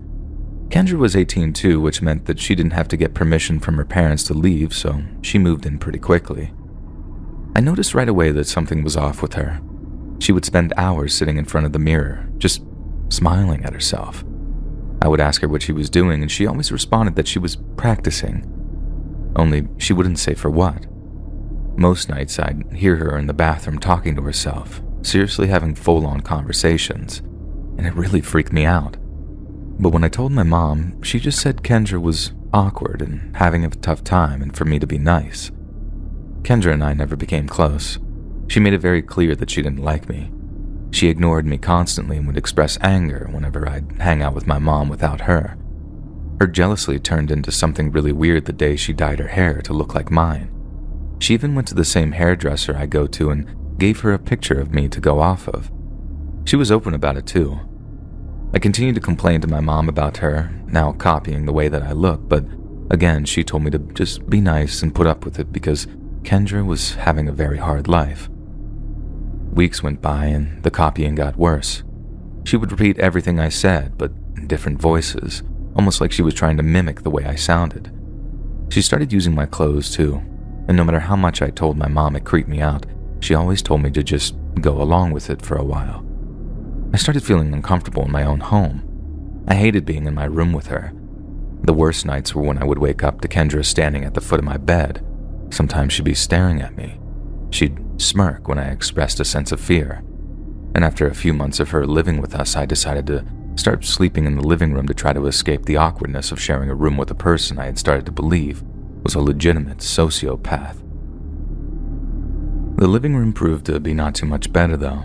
She would still watch me sleep from the armchair across from the sofa and laugh when I woke up, scared of what she might do to me in my sleep. My mom never believed me when I told her what she was doing during the night. She told me Kendra always denied it and that I was probably making the whole thing up to try to get her kicked out of the house. I was done at this point.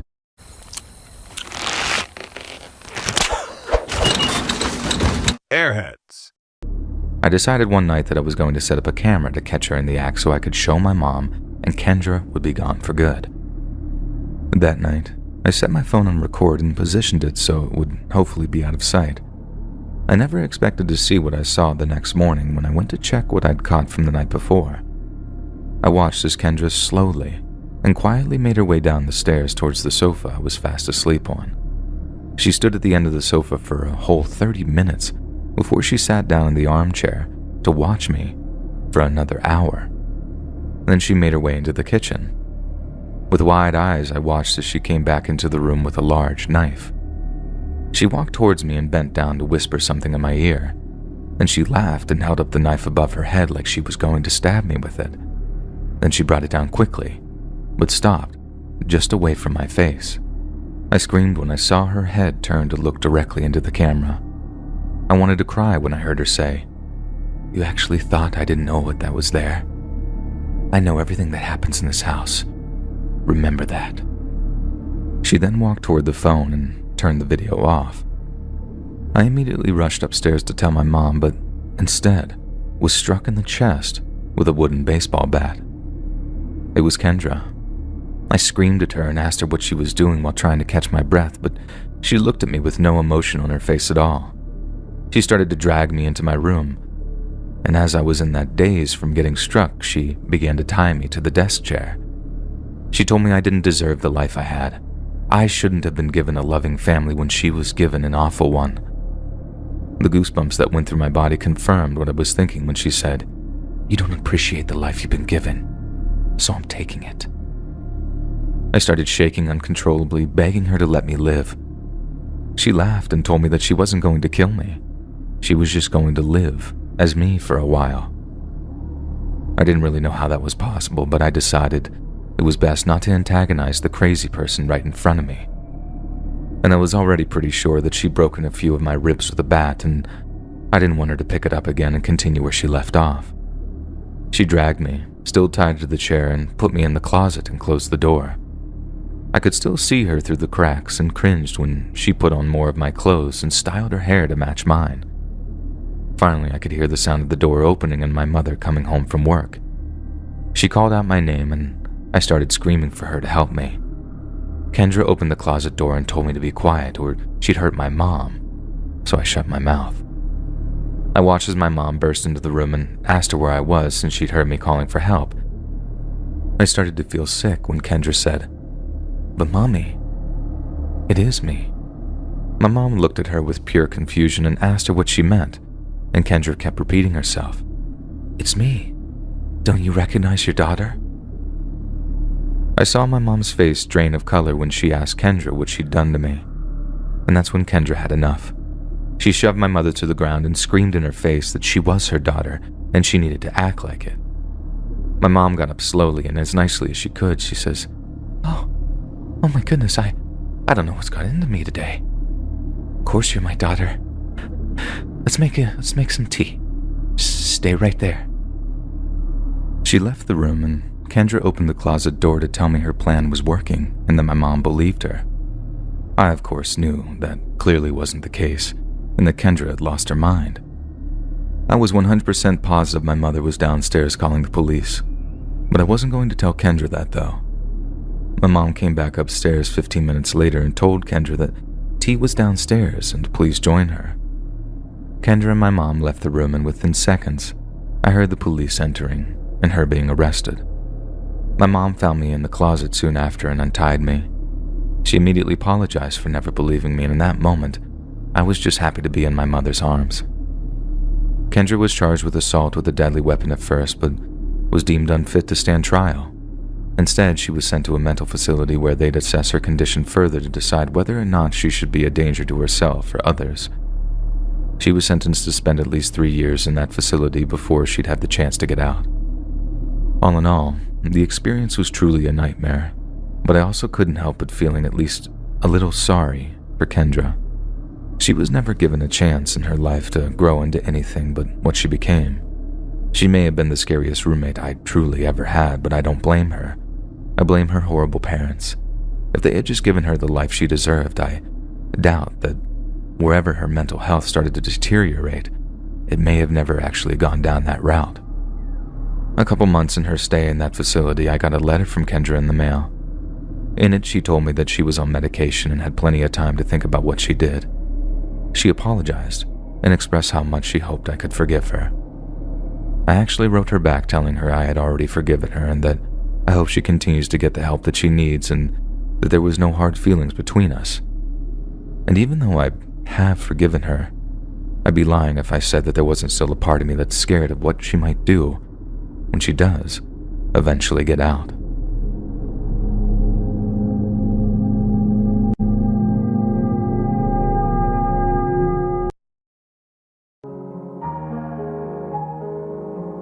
My brother is a 16-year-old boy who's thin, weak, and short. On the other hand, I'm an 18-year-old male. I'm athletically built and tall. My parents had recently been hired for new jobs that are local, and they were really struggling with time management. This left me and my brother most of the time home alone, which we understood, and we had no problem with it. However, one night in particular, I was obligated by my school to attend a camp that one of my extracurricular clubs was hosting in a different city not too far away. Ultimately, I decided I really wanted to go, as most of my friends had already confirmed they would be going as well. I decided not to tell my parents about the club. I mean, I'm already 18, and I believed it was unnecessary to ask for permission.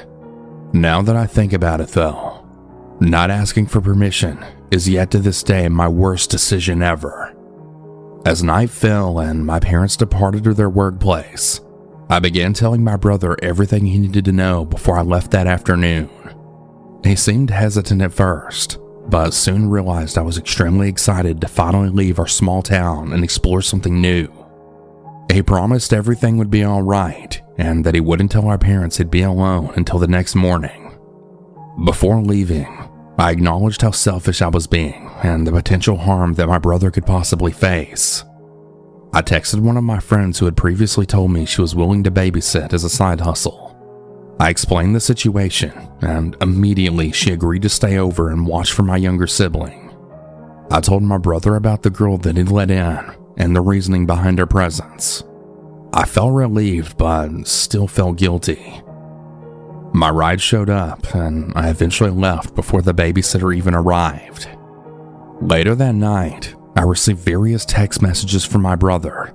However, I decided to ignore them, as I was busy unpacking most of my stuff, and those messages were probably weird and funny TikToks that he usually sends me. Well, around 12 a.m., I got a phone call from him. I silently picked up the phone, trying to avoid waking up everyone who was already asleep, and instantly felt the world turn upside down when I heard loud crying and breathing. That was all I heard for the first 20 seconds, until I finally called out again. "Hello? Who is this? Are you okay?" Finally, my brother replied, "JJ, there's people in the house looking for the girl. She's hiding somewhere, and they know I'm here. I'm scared." I initially thought it could be a prank, as it sounded so weird and almost pulled out of a horror movie. Nevertheless, the crying and breathing said otherwise. I told my brother to stay hidden and to call the cops. As I was talking to him though, I had heard a gunshot in the background, followed by a sound of screaming and yelling. At this point, my brother had begged me to return and to call my parents. So I did, and I then explained as fast as I could. They immediately questioned me, but I told them there wasn't much time left and they had to go back home. Meanwhile, I was trying to get one of the teachers to drive me back home.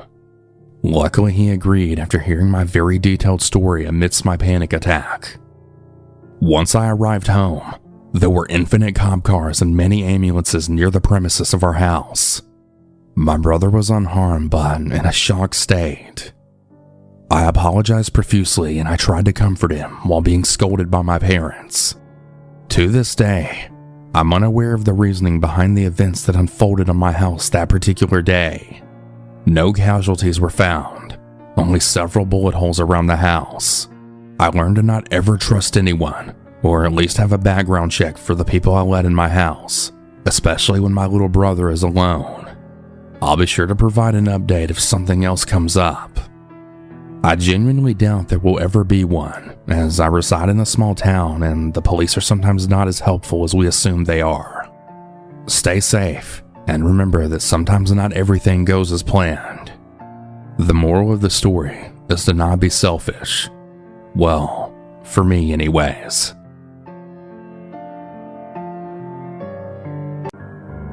My name is Thomas. One night, my friend for privacy reasons who we'll call Aaron was home alone for the weekend because his parents had left for a business trip. So he called me over and he asked if I wanted to have a sleepover.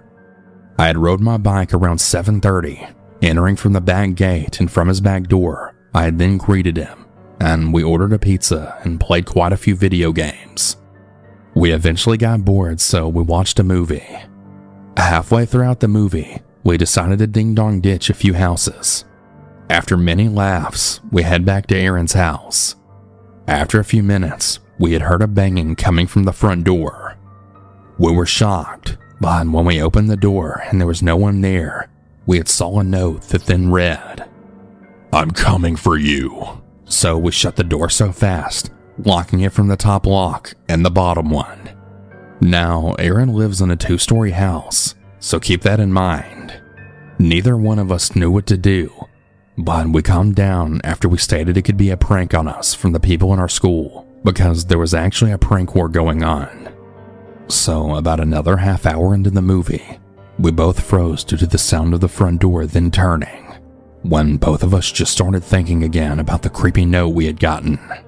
When we both raced into his room, which is on the 2nd floor. "Oh shit. Dude, I forgot to lock the door," I said. As I said that, we had heard the back gate begin opening. Aaron was aggressively telling me to go lock it. When I went to the back door, I could then see a silhouette of about a 6-foot-tall man looking inside through the door, but I don't think he saw me in return. Aaron had come down and caught up with me when I then signaled to him to go back to the room. We went into the room and we shut the door, but it had no lock due to his strict parents. I told him to call the cops and his parents, but he said no, that he wasn't allowed to have anyone over for the weekend, and he didn't want to get in trouble, so we had no choice but to hide under his bed. We began to then hear what sounded like the house being completely ransacked, things being thrown around and broken, doors slamming, etc. Then it got worse, even more terrifying than it already was. We began to hear footsteps coming up the stairs. Aaron's door then slowly opened. We had heard the closet open and then clothes being moved around. And then he just seemed to stop. The bed we were hiding under had a huge blanket over it that hung all the way down to the ground level. So unless someone moved the blanket, you couldn't see us. 20 minutes later, I'd asked Aaron, "Dude, do you think we can run yet and get the f*** out of here?" But then, before I could even react, Aaron was then immediately dragged from underneath the bed, to which I then heard the most disturbing, ear-shattering scream which Aaron let out while being dragged from under the bed. It was right then and there that I knew I had to f***ing do something or someone was going to die that night. I got out from under the bed to see Aaron struggling to get loose from the 6-foot psycho's death grip. I desperately searched the house to find something to use as a weapon. I found a screwdriver. I ran back upstairs, charging towards the man, and made absolutely sure I stabbed him and got the screwdriver fully through his back. He then let out a blood-curdling scream, letting go of Aaron. We quickly ran out to Aaron's backyard, which led to the very dark woods. We then hid in some bushes near the entrance of the forest. We saw the man leaving the back gate, now holding a knife, which I guess he took from the kitchen. I felt his eyes pass me when Aaron then whispered, "We gotta run." To which I then replied back with, "Why the f*** would we run now? We've came this far. Might as well keep going." "But dude, he's coming right at us," Aaron said. And he was right. The man was running straight towards us. I still to this day don't know how he saw us in the pitch black like he did. Aaron had lived in the countryside of town, so the neighbors were about 1 to 2 miles away, and the road was a straight path, so he could easily see us. My lungs felt like they were on fire, and I ended up falling because of a tree root sticking out. Aaron stayed with me, trying to pick me up, but the man was right behind us, and he was at least 7 feet away from us. I could clearly see him in a tall black hoodie and white sweatpants. I don't know how, but this time luck was finally on our side. It seemed that this time he didn't see us. He then ran off in the other direction, and we sprinted even faster. Around here, it's not a patio, it's a patio. Oh, I love those chairs. I was the slower one, but I swear I could hear leaves crunching behind us. We entered the back gate, making sure to lock it. Remember before how Aaron was too scared to call his parents or the cops because of the repercussions of him getting in trouble? Yeah, well, that. I told Aaron to call the damn cops already, that it's gotten too bad. We need the help. And with much hesitation, we finally called them. I stayed on the lookout to see if I saw the man coming back. It was so dark out, and I couldn't see a thing. But I then did something so regrettably stupid. I shined the flashlight in the woods when I saw it. I saw his dark, tall silhouette. I thought he was going to run directly towards us yet again. But no. He just turned around and ran back into the dark woods. The cops arrived and they searched the property, but they didn't find him. They only found the missing kitchen knife he took. The cops claimed there was going to be an investigation, but with not much to go off besides the knife, I really doubt much was ever done. And if there was, we never got an update on it. My guess is the guy's still out there somewhere, wreaking havoc. But yeah, that's the story of how me and my best friend Aaron almost died while home alone together. Stay safe, everyone, and make sure to lock the doors and windows at all times. It just may end up saving your life someday. This event lasted less than 5 minutes, but was still one of the scariest moments of my life. My aunt and uncle, who were both major junkies, moved into our house when I was around 9 years old.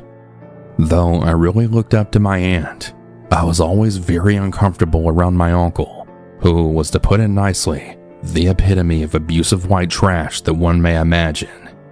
He was skeleton thin from drugs, had a shaved head, covered in poorly done vulgar and racist tattoos, and to top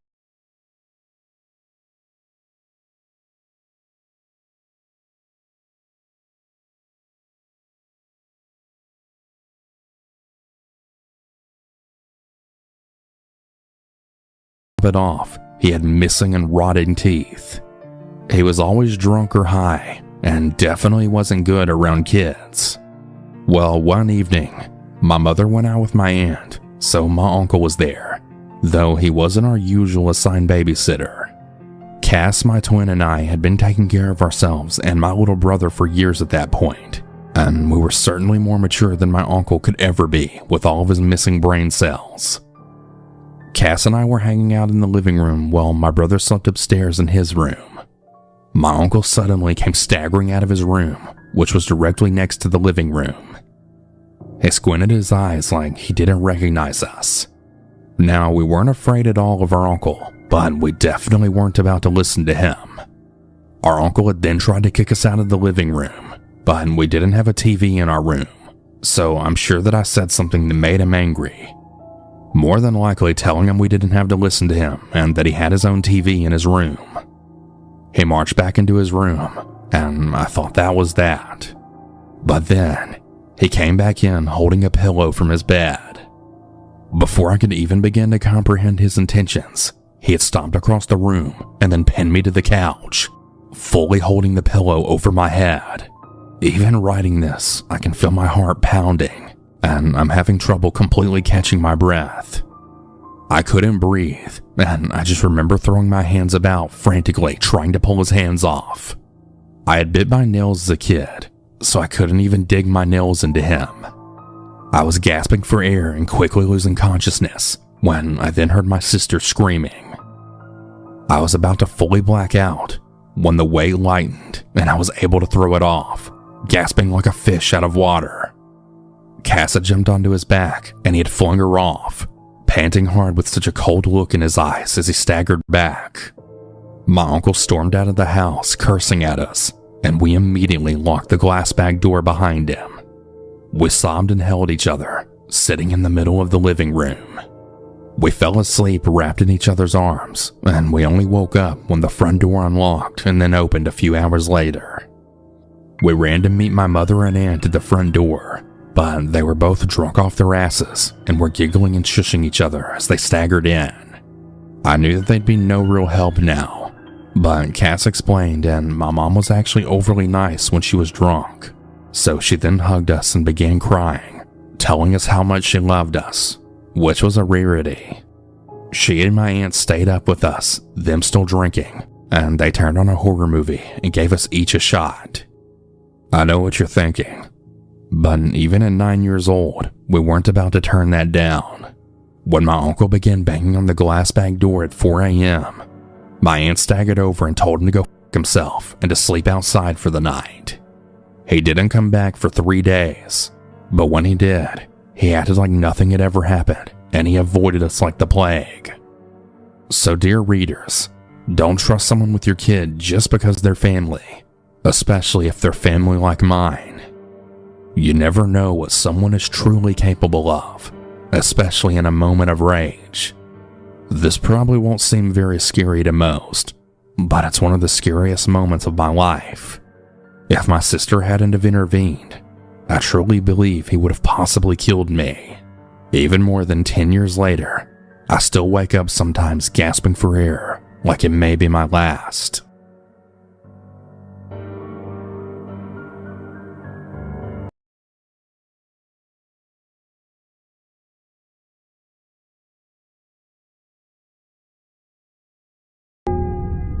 Like everyone else, the last few years have been hard. In early 2020, I lost my grandma to pneumonia, and it wouldn't be long before my aunt got sick too and came very close to death herself. It was a lot for a guy my age to handle, but I knew once it was over, I'd be able to see my Faith again. Now, Faith and I had met in middle school and quickly fell in love. Our homes were too far apart to see one another very often. Her parents were also super traditional and didn't want her having a boyfriend. And besides school, our only constant form of contact was the telephone. We'd often talk all night and go straight into school without a second of sleep. And in spite of all the odds, we stayed together. The biggest test of our relationship would be high school. Faith's dad bought a new house even further away. That put Faith into a different school district.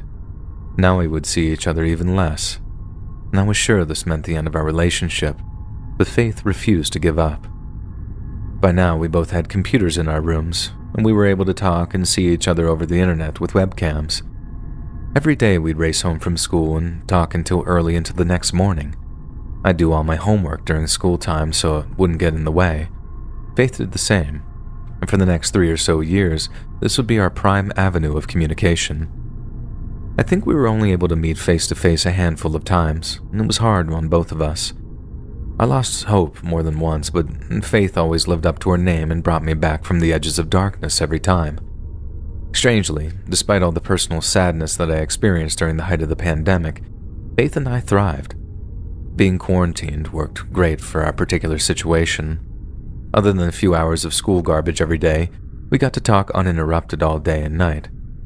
Even so, not seeing her in person for so long weighed on me. I was doubting our future together, as I had so many times before. Luckily, by then, the lockdowns had lifted. Her father would be returning to work, but school remained online. This was the perfect chance for us to be alone together, and I was going to take it. I brought this up with my brother, and he agreed to loan me his car to go see her. A week later, our opportunity arrived. I drove the 35 miles to her house. She rushed me inside and closed the door, and we held one another tightly for a long time. The energy was a bit weird between us, but we overcame it pretty quickly. We rushed off to her room for a little personal time, and I'd forgotten how great being with her was. Unfortunately, our time together was about to be cut short. I had just left her room. Faith was making us a snack when her dad walked in, and he began yelling at me instantly. Things like, "Where is my daughter? What did you do to my little girl?" Faith ran into the room and tried to calm him down, and it didn't help. In his defense, he'd never actually met me. Crazy, I know, considering we'd been together for so long, but our relationship hadn't exactly been normal. We tried to explain the situation, but her dad was just too angry to listen. He looked at Faith and I real closely and sneered, and this would be the point when everything came off the rails. "What have you two been up to?" His expression was so terrifying I didn't dare speak, and he looked back and forth at each of us, but we stayed quiet.